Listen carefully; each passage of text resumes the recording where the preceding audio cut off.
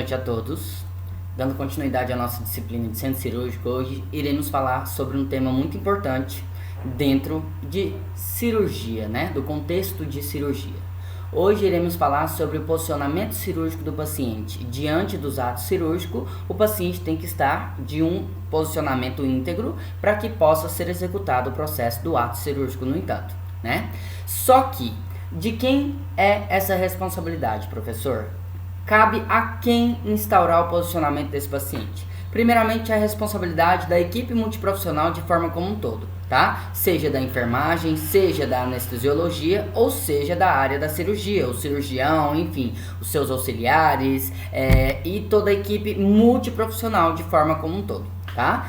A posição adequada do paciente vai ser aquela que o procedimento cirúrgico esteja no final bem sucedido. Como que eu sei que o paciente teve um ato cirúrgico bem sucedido, professor? É aquele que durante a cirurgia não teve nenhuma complicação, como por exemplo uma possível lesão por pressão pelo ato cirúrgico em si, ou então deu para evidenciar-se o sítio. Quando eu falo sítio, seria o local da cirurgia em si, tá? Deu para evidenciar e visualizar o sítio da cirurgia como um todo, então automaticamente esse paciente esteve sim num posicionamento legal, tá? E consequentemente obedece-se todas as normas em relação no que se diz a segurança do paciente. Porque a segurança do paciente, um dos atos principais seria o quê? Evitar a proliferação ou a predisposição desse paciente evidenciar uma lesão por pressão. E durante o ato cirúrgico, pensando no tempo de cirurgia em relação ao seu posicionamento, quanto maior o tempo de cirurgia, maior a predisposição desse paciente por eventualidades apresentar uma lesão por pressão, né? Ou enfim, as complicações como depressão do sistema respiratório, entre várias outras coisas que nós vamos citar ao longo das nossas aulas. Então, para que tenhamos uma posição adequada, temos que chegar num ato cirúrgico, num procedimento bem sucedido, obedecendo então à segurança do paciente como um contexto geral, ok? A posição cirúrgica é aquela no qual o paciente é colocado depois de anestesiado para que ele possa ser submetido ao procedimento cirúrgico, ou seja, o modo que está acomodado na mesa de operações durante a cirurgia. O principal objetivo da posição do paciente durante o ato cirúrgico é promover uma ótima exposição do sítio cirúrgico, ou seja, mostrar aquela parte onde vai ser operada com maior visualização para quem vai operá-la, no caso o cirurgião, deixar que aquela área que vai ser operada seja bem vista de forma, o contexto ali, o local da cirurgia pelo cirurgião no caso, e equilibrada com a prevenção das complicações, ou seja, promover uma ótima exposição do local da cirurgia e, porventura, prevenir complicações como lesões por pressão, depressão do sistema respiratório, entre várias outras complicações aí.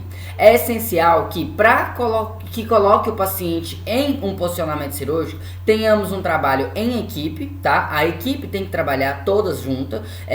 Por exemplo, se você for colocar o paciente em posição lateral, um só profissional não consegue colocar esse paciente de forma rápida, enfim, dependendo do posicionamento que vai colocar esse paciente, você precisa de um ou mais cooperador para que você então coloque o paciente na posição correta, tá? Temos que utilizar os dispositivos e equipamentos de posicionamento específico, porque determinada posição você não consegue colocar o paciente se não tiver uma mesa específica para aquela posição. Por exemplo, a posição de ginecológica, se você não tiver as braçadeiras para colocar as pernas, digamos assim, as perneiras, ou melhor dizendo, você não vai conseguir colocar esse paciente em posição ginecológica o tempo inteiro. Vai ter uma hora que aquele paciente, por mais que você peça ele para ficar com as pernas em angulação de 90 graus e abertas e flertidas em relação ao abdômen, esse paciente não vai conseguir ficar assim por muito tempo. Então, automaticamente o peso vai sobrecair e automaticamente o membro vai descer. E você pode contaminar o campo cirúrgico e assim, consequentemente,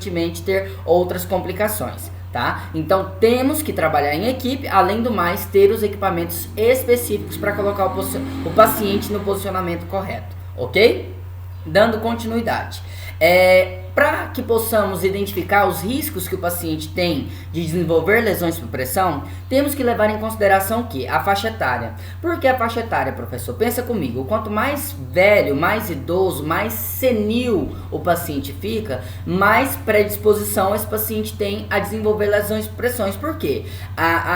Na grande maioria acontece que quanto mais idoso nós ficamos, mais senil ficamos, mas mais o que? Perdemos massa magra, ficamos mais emagrecidos, com maior flacidez, rugas e tudo mais. Então, automaticamente temos maior prominências, oh meu Deus, fugiu, mas enfim, proeminências ósseas, aí saiu.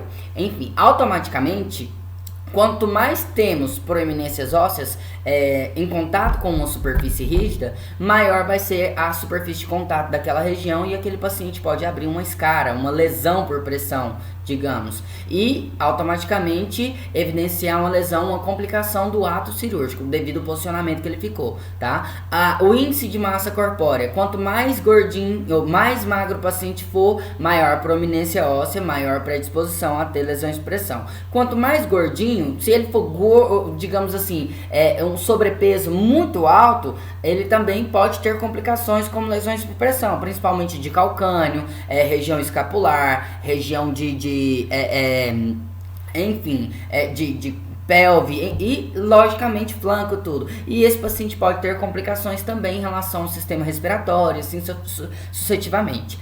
Outras comorbidades temos que levar em consideração, por exemplo, se é um paciente que tem uma escoliose muito acentuada. O que é a escoliose? É quando a coluna ela tem um problema que fica como se fosse um S.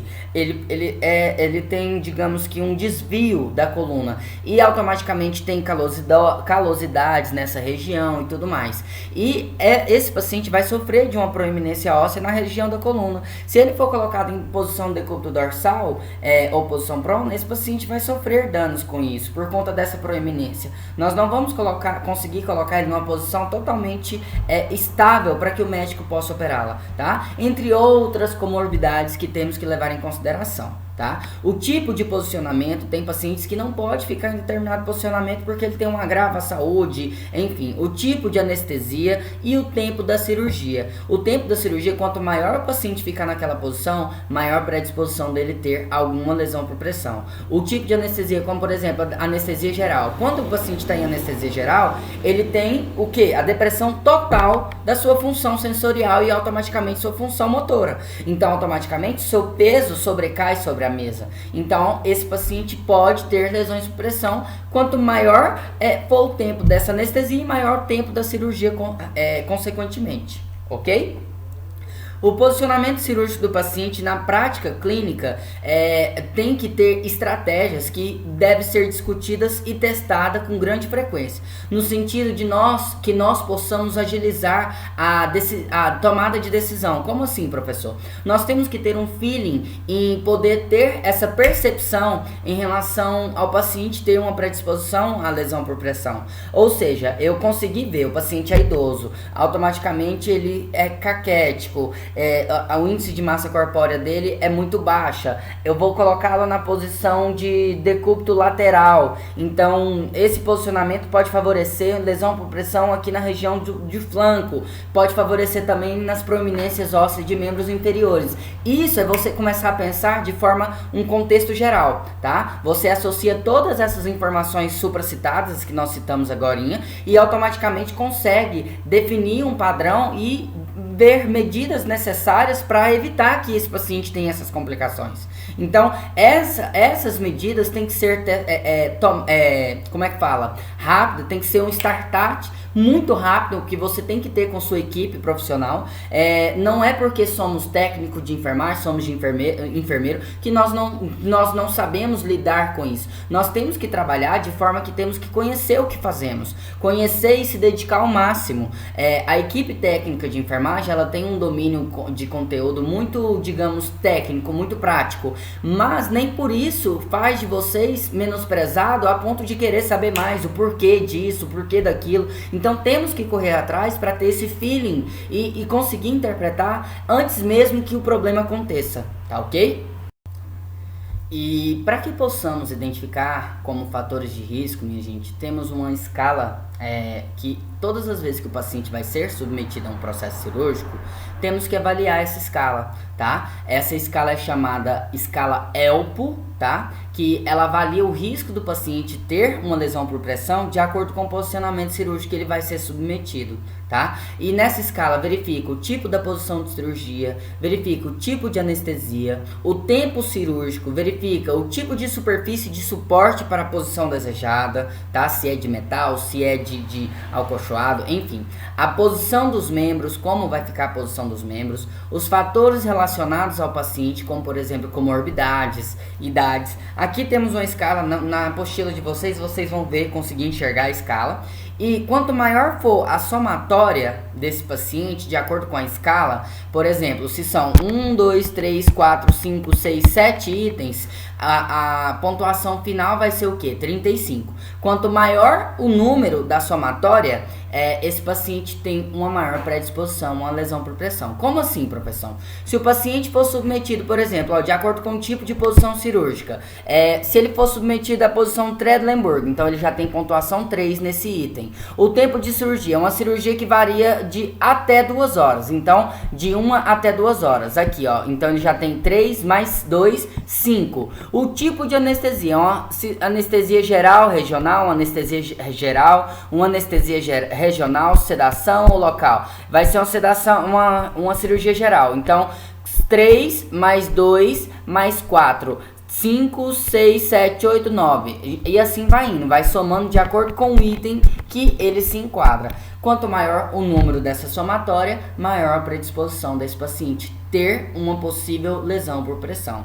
Mas isso não quer dizer que o paciente vá ter uma lesão por pressão, mas o risco está iminente, tá? Ele pode então ter uma lesão por conta do risco, da exposição.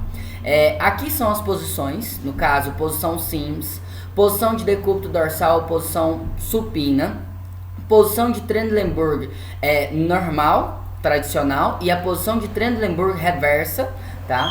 Temos o posicionamento, a posição jackknife, ou crazy, ou canivete, ou depage, tá?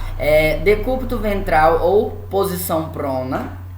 E por fim, posição de litotomia, ou posição ginecológica, ou posição semi-flower.